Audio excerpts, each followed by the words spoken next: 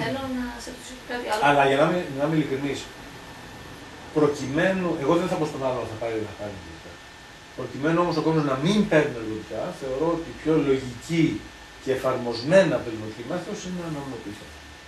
Τότε δεν θα υπάρχει το τεράστιο οικονομικό κίνητρο, το οποίο δημιουργεί βαποράκια, δημιουργεί ανταλλαγές, δημιουργεί εμπόρους, δημιουργεί νοθείες. Οι άνθρωποι δεν θέλουν τα ναρκωτικά, πεθαίνουν από το σοβά, την ασπιρίνη, τη χώμα, τις ανοησίες που βάζουν μέσα στα ναρκωτικά. Ωραία.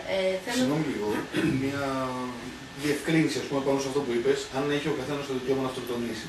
Δεν πρέπει η κοινωνία, το κράτος, να προστατεύει, λίγο το δικηγόρο του διαβόλου κάνω, έτσι, να προστατεύει τα ασταθή, ας πούμε, άτομα από τον εαυτό τους, τα ψυχοπαθή ουσιαστικά άτομα με αυτοκτονικές τάσεις, από τον ίδιο τους τον εαυτό. Ναι, αλλά ξέρω ανθρώπους τους οποίους θεωρούμε ήρωες, ο Σαμουήλ στο Κούκκι είπε για το ιδανικό της ελευθερίας, θα βάλω μπουρλότο και θα σκοτωθώ μαζί με όλα τα γυναικόπουλα.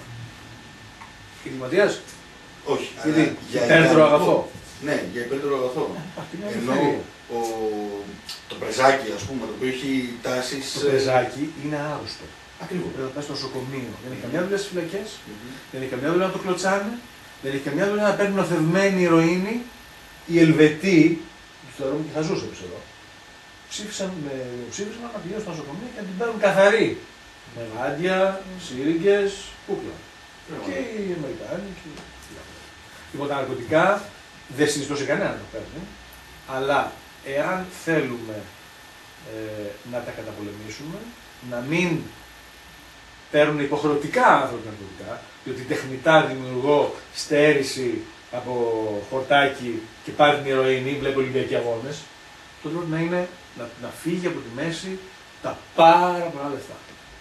Εάν αυτά ήταν φτηνά, δεν θα σου λέει τόσοι άνθρωποι και θα μπορούσα να πει στον άλλο ρε μαλάκα από αυτό.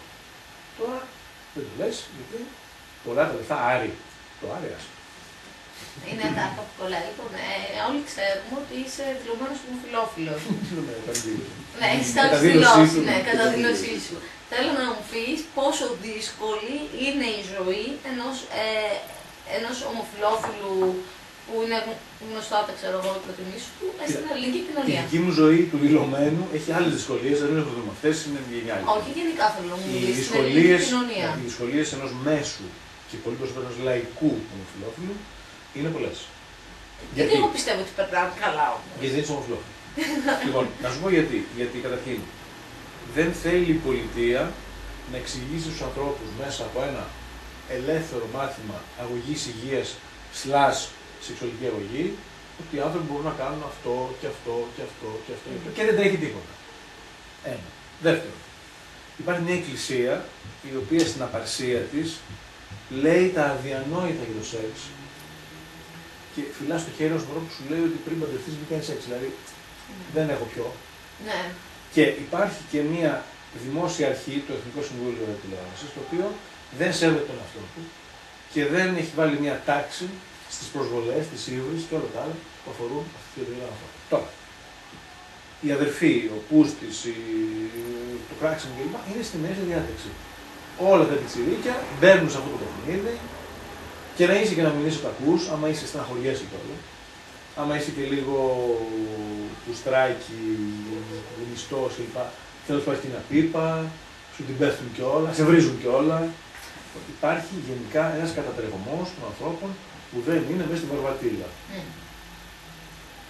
Αυτό έχει αντίκτυπο και στη ζωή τους, και στη σχέση τους, και στην επαγγελματική τους ανέλυξη, και στα διαδρομία τους, και στην αξιοπρέπειά τους, και στην ψυχή τους ολόκληρη. Διότι οι περισσότεροι ομοφυλόφιλοι άντρες και γυναίκες καταλήγουν να παντρεύονται, ενώ με άτομα του άλλου φίλου, να κάνουν παιδιά, να τα χάνουν, να παίρνουν τους γιους τους, να τρελαίνουν. Δεν θέλει το κράτος να αλλάξει αυτή την κατάσταση. Η Εκκλησία κάνει ό,τι μπορεί για να τους βρίζει κλπ. Δεν ξέρουν τη δουλειά τους οι άνθρωποι οι οποίοι θα πρέπει να διατηρούν ένα κλίμα νηφαλιότητας και ελευθερίας στην τηλεόραση. Αυτές δεν είναι οι συνθήκες για να μεγαλώσει κανείς υγιής ως ομοφυλόφιλος. Θέλω και μια τελευταία ερώτηση, να μου πεις αν είσαι ερωτευμένος, αν έχεις σχέση και αν σκέφτεσαι ποτέ το ενδεχόμενο να κάνεις παιδιά.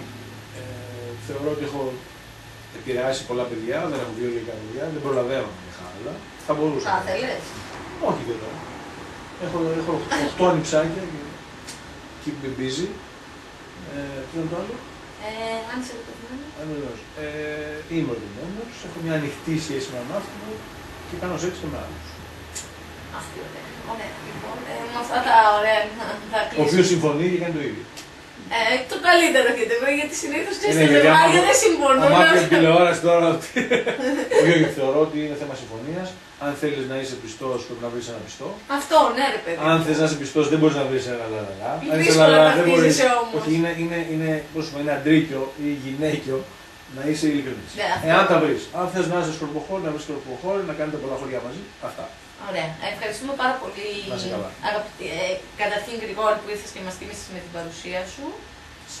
Θέλει συγγνώμη. Είσαι εγώ μετά για λίγη ώρα. Δεν κλείνουμε, παιδιά. Το παίρνω πίσω. Θέλει και ο Τζάγκο να κάνει κάποιες ερωτήσεις στον Γρηγόρη. Φιλάκια πολλά από μένα και θα τα ξαναπούμε.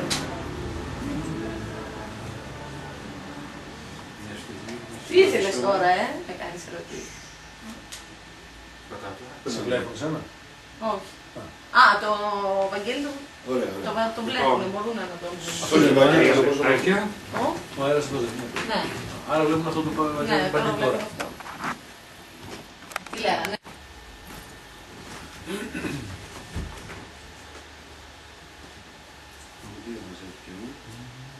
Μισό.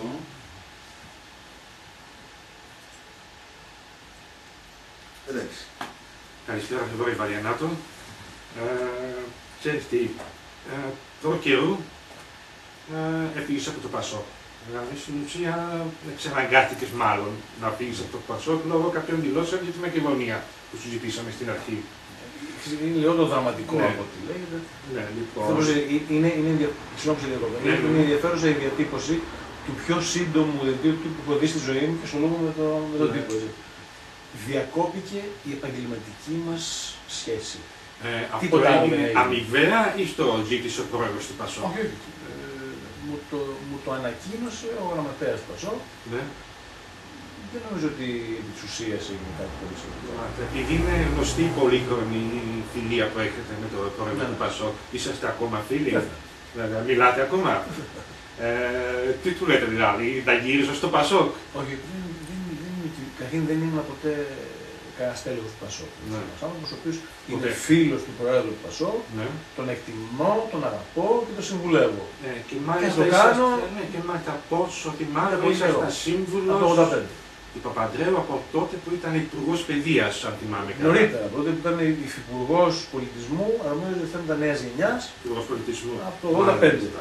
Τότε γνωριστήκαμε. Λοιπόν, δεν μου λες κάτι. Η ελευθερία της άποψης είναι δεδομένη, έτσι. Εμείς το λέμε αυτό. Ναι, είναι δεδομένη. Αλλά ποια είναι τα όρια της έκφρασης μέσα από ένα πολιτικό φορέα σαν το Πασόκ? Είναι πολύ ενδιαφέρουσα ερώτηση. Καταρχήν, εάν ήμουν βουλευτής ή στέλεχος ή άνθρωπος που συμμετέχει στη διαδικασία, θα μπορούσα, όπως αντιλαμβάνομαι εγώ ως πολιτικός επιστήμονας στις διαδικασίες στη Νέα Δημοκρατία, θα μπορούσα στα όργανα του Πασόκ να λέω αυτά που λέω και όταν το Πασόκ πει κάτι άλλο, να μην λέω αυτά που λέω, διότι θα ξέρει ο κόσμος ότι έχω τις προσωπικές μου απόψεις, αλλά το Πασόκ, το κόμμα, λέει αυτό. Έτσι. Εγώ δεν έθεσα σε αμφισβήτηση τη θέση του Πασόκ. Το Πασόκ έχει πει σε όλους τους τόνους ότι διαφωνεί οριζόντια κάθετα και πλαγίως με αυτό που λέω. Δεν είμαι όμως στέλεχος του κόμματος. Είμαι ένας εξωτερικός συνεργάτης, ο οποίος έχω τη δυνατότητα να διατηρώ τις διαφορετικές μου απόψεις και να τις λέω, διότι πέρα από ένας επαγγελματίας της επικοινωνίας, είμαι ένας δημοσιογράφος, είμαι ένας υπερασπιστής ανθρωπίνων δικαιωμάτων, με πολύ γνωστή και γεράσαμε πολύ μεγάλη πια διαδρομή στη δημόσια και ιδιωτική τηλεόραση της εφημερίδας. Δηλαδή είναι πράγματα τα οποία θα ήταν πολύ γελίο αν μετά από 25 χρόνια τα έλεγα αλλιώς. Έτσι το βλέπω εγώ. Ναι. Και σε cada περίπτωση δεν θα τον βούλωνα διότι θα με απολύανε. Ναι, δεν είμαι δίπλος χάρτης.